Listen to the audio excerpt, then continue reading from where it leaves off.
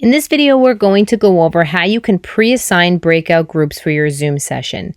There's a video on our Wagner Zoom support page that will show you how you can create breakout groups during your session, but this video will go a little bit more specifically on what you need to do to create those pre-assignments. So right now, I already have my meeting created, so I have to click on the edit button to go into my meeting and edit those settings. But if you're creating a brand new meeting under schedule a meeting, you will have this option to check off. So I'm going to click on edit, and I'm going to scroll down into the details of my meeting. And here under meeting options, I'm going to choose breakout room pre-assign. Now you can do two things here. You can manually create your rooms by clicking on create rooms and clicking on the little plus sign here, and that will create your room for you. If you want to create more than one room, you can click the plus sign and keep adding them. If you want to get rid of a room, so let's say we added one more room than we needed, we can hover over that room we want to get rid of and click the little trash can to get rid of it. Now, in order for us to add participants, you want to click on the room that you want to add the participants to, and you would start typing in the names of the participants. If the participants that you're putting in here have registered at wagner.zoom.us, their name will show up here for you to add. So if I type in a name here of someone I know that has registered, that person will show up here. But if I continue to add participants that are not showing up, you'll know that those people have not gone to wagner.zoom.us to register their account. Now, if you want to add participants this way, you can still do that by just typing in the full email address. I could add christina.dempsey@wagner.edu and add the person that way. If I wanted to add somebody into breakout room 2, then I can click on there and then add that participant directly to that room.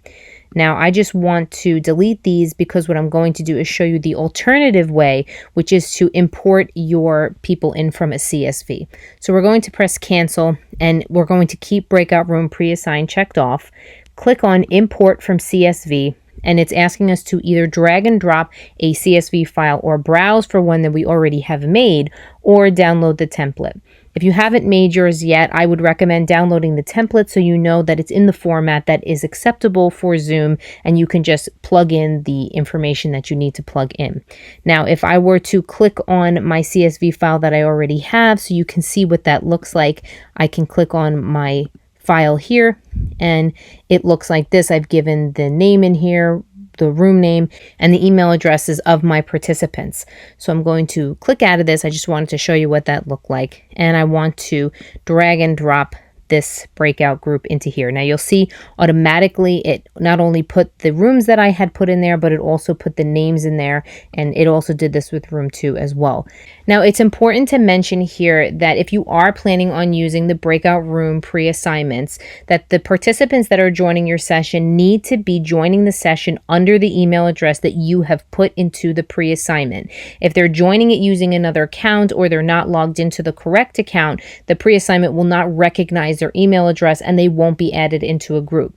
Now you can manually add them into a group, of course, when they join the session, but if you're looking to make it more convenient, you'll want to make sure they are joining with the correct username.